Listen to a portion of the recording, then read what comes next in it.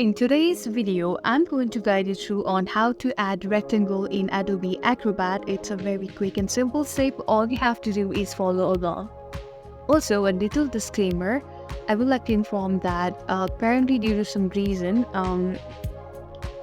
toolbar is not visible while I'm screen recording. So I don't think that's a huge problem because I'm gonna guide you through like step by step. So all you have to do is follow along. So first thing first, I hope you can see the toolbar while on your PC or laptop. So first thing first, let's go to the toolbar, even though you cannot see it right here.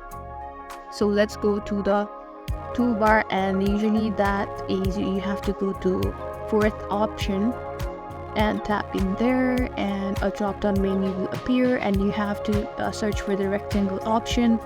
So let's tap in that rectangle option, and now all you have to do is drag it like this and you can make a rectangle.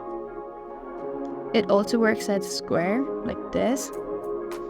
You can also adjust the line thickness, like go to all the way bottom and you can see the line thickness option over here, and like slide the slider, adjust it. Okay, I'm gonna make it more thicker. And this time I'm gonna change the color, let's say. You can also do that. In that case, again, go to the bottom and right above the line thickness, you can see a circle where you can choose your color. You'll be provided with a variety of color. Simply tap whatever you like, and now see.